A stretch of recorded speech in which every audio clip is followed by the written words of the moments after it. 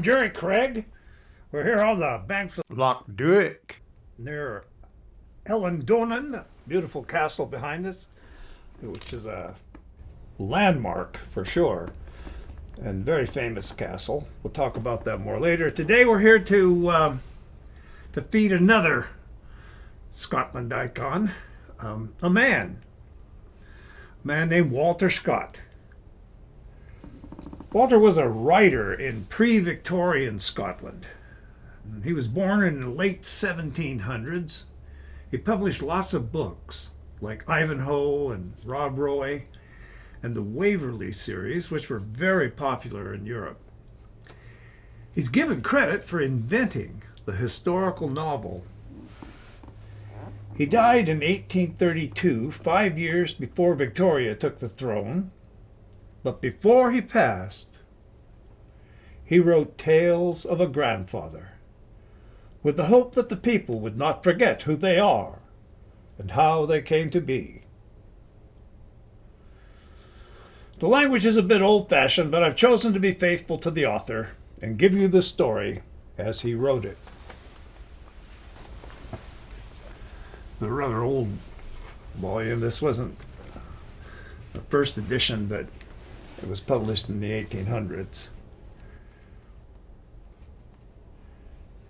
England is the southern, and Scotland is the northern part of the celebrated island called Great Britain.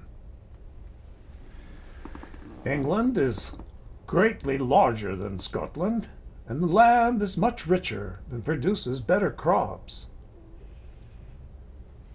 There are also a great many more men in England, and both the gentlemen and the country people are more wealthy and have better food and clothing than there is in Scotland. The towns also are much more numerous and more populous. Scotland, on the contrary, is full of hills and huge moors and wildernesses, which bear no corn and afford but little food for flocks of sheep or herds of cattle. But the level ground that lies along the great rivers is more fertile and produces good crops. The natives of Scotland are accustomed to live more heartily in general than those of England. The cities and towns are fewer, smaller, and less full of inhabitants than in England. But as Scotland possesses great quarries of stone, the houses are commonly built of that material, which is more lasting and has a grander effect to the eye than the bricks used in England. Now, as these two nations live in the different ends of the same island and are separated by large and stormy seas from all other parts of the world, it seems natural that they should have been friendly to each other and that they should have lived as one people under the same government. Accordingly, about more than 200 years ago, the King of Scotland becoming the King of England, as I shall tell you in another part of this book, the two nations have ever since been joined in one great kingdom, which is called Great Britain. But before this happy union of England and Scotland, there were many long, cruel, and bloody wars between the two nations, and far from helping or assisting each other as become good neighbors and friends, they did each other all the harm and injury they possibly could by invading each other's territories, killing their subjects, burning their towns, and taking their wives and children prisoners. This lasted for many, many hundreds of years, and I am about to tell you the reason why the land was so divided. A long time since, 1800 years ago and more, there was a brave and warlike people called the Romans, who undertook to conquer the whole world and subdue all countries, so as to make their own city of Rome the head of all the nations upon the face of the earth. And after conquering far and near, at last they came to Britain, and made a great war upon the inhabitants called the British or the Britons, whom they found living there. The Romans, who were a very brave people and well armed, beat the British and took possession of almost all the flat part of the island, which is now called England, and also a part of the south of Scotland. But they could not make their way into the high northern mountains of Scotland, where they could hardly get anything to feed their soldiers, and where they met such opposition from the inhabitants. The Romans therefore gave up all attempts to subdue the impenetrable country, and resolved to remain satisfied with that level ground of which they had already possessed themselves. Then the wild people of Scotland, whom the Romans had not been able to subdue, began to come down from their mountains and make inroads upon that part of the country which had been conquered by the Romans. These people of the northern part of Scotland were not one nation, but divided in two, called the Scots and the Picts. They often fought against each other, but they always joined together against the Romans and the Britons who had been subdued by them. At length the Romans thought they would prevent these Picts and Scots from coming into the southern part of Britain and laying it waste. For this purpose they built a very long wall between the one side of the island and the other, so that none of the Scots or Picts could come down into the country on the south side of the wall.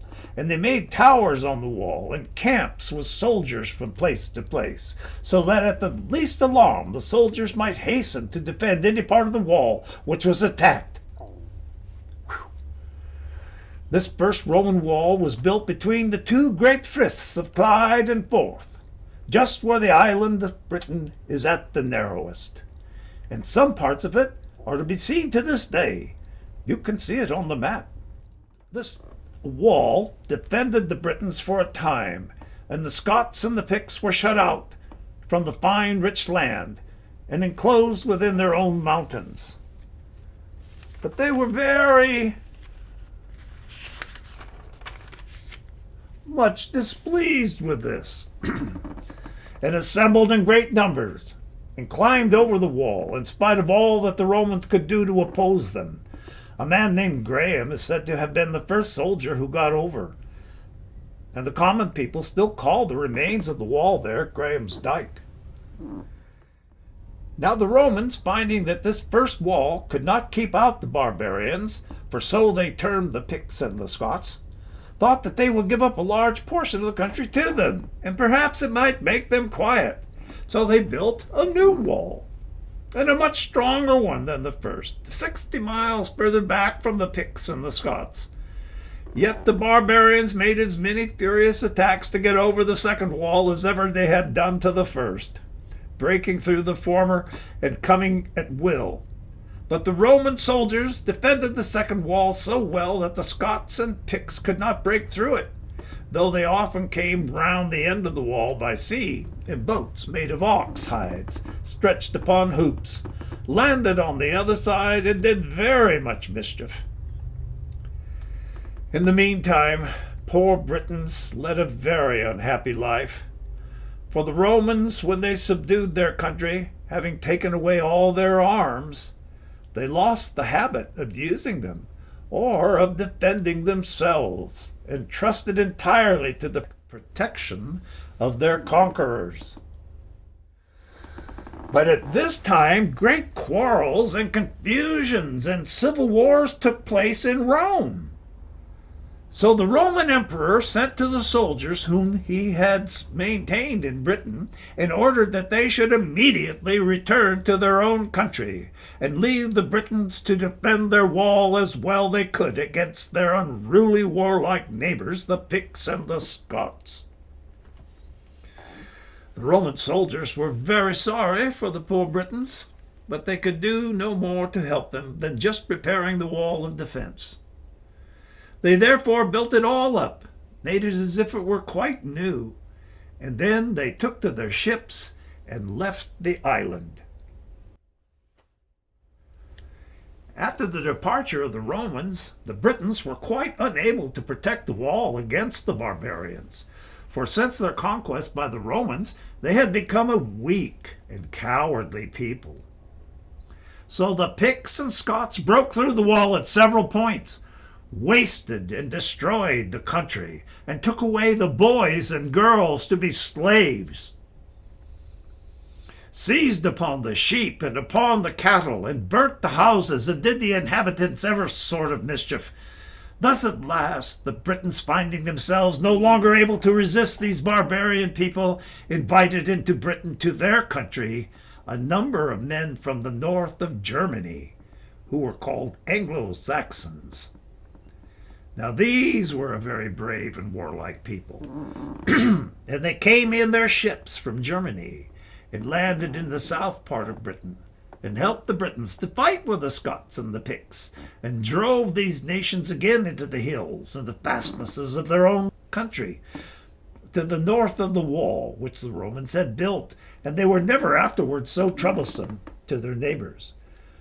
But the Britons were not much the better for the defeat of their northern enemies, for the Saxons, when they had come into Britain and saw what a beautiful, rich country it was, and that the people were not able to defend it, resolved to take the land for themselves, and to make the Britons their slaves and servants. The Britons were very unwilling to have their country taken from them by the people they had called in to help them, and so strove to oppress them. But the Saxons were stronger and more warlike than they, and defeated them so often that they at last got possession of all the level and flat land in the south part of Britain. However, the bravest part of the Britons fled into the very hilly part of the country, which is called Wales. And there they defended themselves against the Saxons for a great many years, and their descendants still speak the ancient British language called Welsh. In the meantime, the Anglo-Saxons spread themselves throughout all the south part of Britain, and the name of the country was changed, and it was no longer called Britain, but England, which means land of the Anglo-Saxons who had conquered it. While the Saxons and the Britons were thus fighting together, the Scots and the Picts, after they had been driven back behind the Roman wall, also quarreled and fought between themselves. And at last, after a great many battles, the Scots got completely the better of the Picts. The common people say that the Scots destroyed them entirely, but I think it's not likely that they could have killed such great numbers of people.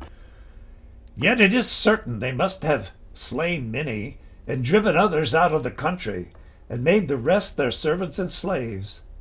At least the Picts were never heard of in history after these great defeats, and the Scots gave their own name to the northern part of Britain, had the Anglo-Saxons did to the south part. And so came the name of Scotland, the land of the Scots, and England, the land of the English. The two kingdoms were divided from each other on the east by the river Tweed. Then as you proceed westward by a great range of hills and wildernesses, at length by a breadth of the sea called the Frith of Solway. The division not far from the old Roman wall. The wall itself had been long suffered to go to ruins, but as I have already said, there are some parts of it still standing, and it is curious to see how it runs as straight as an arrow over the hills and through the great bogs and morasses. You see, therefore, that Britain was divided between these different nations, who were enemies to each other. There was England, which was the richest and best part of the island, and which was inhabited by the English. Then there was Scotland, full of hills and great lakes, and difficult and dangerous precipices, wild heaths and great morasses. This country was inhabited by the Scots, or Scottishmen. And there was Wales also, a very wild and mountainous country, whither the remains of the ancient Britons have fled to obtain safety from the Saxons. The Welsh defended their country for a long time, and lived under their own government and laws, yet the English got possession of it at last. But they were not able to become masters of Scotland, though they tried it frequently. The two countries were under different kings, and fought together very often and very desperately, and thus you see the reason why England and Scotland, though making parts of the same island, were for a long time great enemies to each other. Looking at the two countries on the map, you will notice that Scotland is full of hills and wild moors covered with heather. The English are very fond of their fine country. They call it Old England and Merry England, and think of it, the finest land that the sun shines upon. Well, the Scots are also very proud of their own country, with its great lakes and mountains. And in the old language of the country, they call it the land of the lakes and mountains and of the brave men.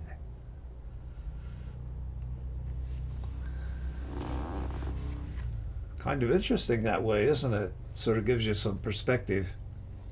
On the next show, we're going to dive into another famous Scot that you may have heard of before, named Macbeth.